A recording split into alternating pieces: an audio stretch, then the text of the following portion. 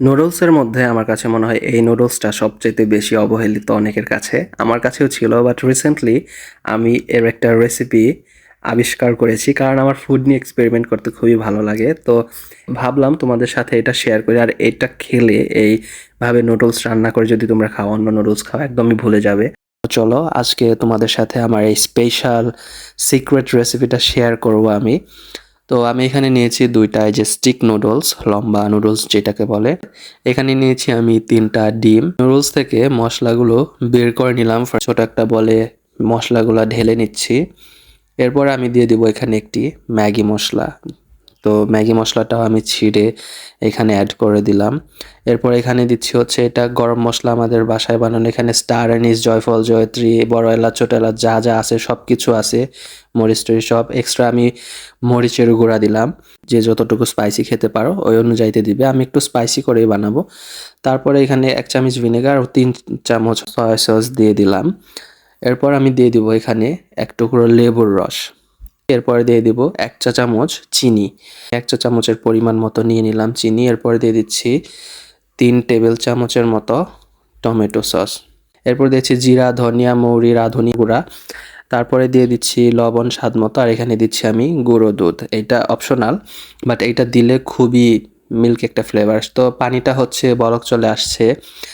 আর আমি এখানে নুডলসগুলা দিয়ে দিলাম। নুডলসটা দেওয়ার পরে খেয়াল রাখতে হবে ঘড়ি ধরে একদম ৩ মিনিট এটা বয়েল করতে হবে। ৩ মিনিটের বেশি না, আবার কমও না। তো রসুন নিয়েছি, রসুনটাও আমি কুচি করে এখানে দিয়ে দিয়েছি।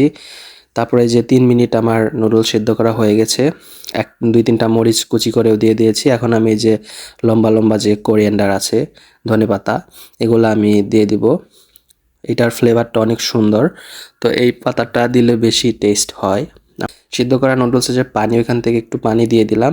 আর যে নুডলসটা আমি ধুয়ে ভালো করে ঠান্ডা করে এরপর হচ্ছে হালকা একটু তেল মেখে নিয়ে নিলাম, যাতে এতে করে নুডলসটা ঝরঝরা থাকবে, রান্না করার সময় স্টিক হয়ে যাবে না।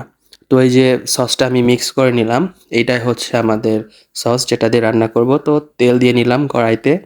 এরপরে ডিম ফেটিয়ে দিব। খেয়াল রাখবে তেল যেন খুব বেশি দেওয়া না হয় শুরুতেই। তেল আমি আরও অ্যাড করব আস্তে আস্তে, কারণ শুরুতেই যদি তেল দিয়ে দিই তাহলে ডিম ওটা সব অ্যাবজর্ব করে নিবে। এরপরে যে সসের পেস্টটা একটু দিয়ে দিলাম, দিয়ে এখন ডিমটা স্ক্রাম্বল করে নেব। সো ডিমটা আমি এই যে স্ক্রাম্বল করে নিয়েছি। এরপর এখানে একটু সাইড করে আবার একটু তেল দিয়ে দিব। তেল দেওয়ার পরে এখানে পেঁয়াজ কুচি দিয়ে দিলাম, একটু বড় বড় মোটা মোটা করে ফালি করা। আর আমি একটু লবণ দিলাম যাতে পেঁয়াজটা নরম হয়ে যায়। তো পেঁয়াজটা নরম হলেই ডিমের সাথে আমি মিক্স করে নিলাম। এরপর নুডলসটা দিয়ে দিলাম। নুডলসটা দিয়ে এরপর আমি এখানে সসের যে মিক্সচারটা আছে এইটা আমি অ্যাড করে দিব, পুরোটাই দিয়ে দিব। আমি একটু স্পাইসি করে বানাচ্ছি যেহেতু আমার স্পাইসি খেতে ভালো লাগে। নুডলসটা ভালোভাবে মশলার সাথে সসের সাথে ভালোভাবে মিশিয়ে নিতেছি। তো আমি এখন এই পর্যায়ে আবার একটু তেল দিয়ে দিচ্ছি। তেলটা দেওয়ার কারণে নুডলসটা একদম ঝরঝরা হবে, একটার সাথে আরেকটা লেগে যাবে না। এরপর একদম হাই হিটে নুডলসটা ফ্রাই করতে হবে। ৫-৬ মিনিট ফ্রাই করলেই হয়ে যাবে। আবার কম ফ্রাই করলেও সসটা হচ্ছে অ্যাবজর্ব করবে না নুডলসটা, যেহেতু এটা একটু সসি, সেহেতু হচ্ছে খেতে ভাল লাগবে না। এরপর আমি আরেকটু মিল্ক পাউডার অ্যাড করে দিলাম, এটা অপশনাল। এরপর আবার সুন্দর করে এটা নেড়ে চেড়ে ভেজে আমি নামিয়ে নিব। তো এই যে নুডলসটা হয়ে গেছে, এখন নামিয়ে নিব। দেখেই কতটা লোভনীয় লাগতেছে, আমার আবার মুখে পানি চলে আসছে। তো যাই হোক, খুবই মজা ছিল, আলহামদুলিল্লাহ। তো তোমরাও এটা অবশ্যই বাসায় একবার হলেও ট্রাই করে দেখবা, সেমভাবে রেসিপি ফলো করে। আর ট্রাস্ট মি, এইটা যদি একবার খাও তাহলে তোমরা বারবার খেতে চাইবে। আর যে সসটা দেখালাম, বেশি করে বানিয়ে ফ্রিজে রেখে এটা সংরক্ষণও করা যায়। রেস্টুরেন্টের চাউমিনের চাইতেও বেশি টেস্টি এটা, আমি 100% গ্যারান্টি দিয়ে বলতে পারি। সো অবশ্যই তোমরা এটা ট্রাই করবে। আর ভিডিওটি যদি ভালো লাগে তাহলে অবশ্যই আমার চ্যানেলটি সাবস্ক্রাইব করতে ভুলবে না। টিকটক থেকে দেখলে, ফেসবুক থেকে দেখলে অবশ্যই ফলো করবে। আর তোমাদের কাছে ভিডিওটা কেমন লাগলো সেটা কমেন্টে জানাতে অবশ্যই ভুলবে না। তো ভালো থেকো সবাই, দেখা হবে নেক্সট ভিডিওতে। আল্লাহ হাফেজ।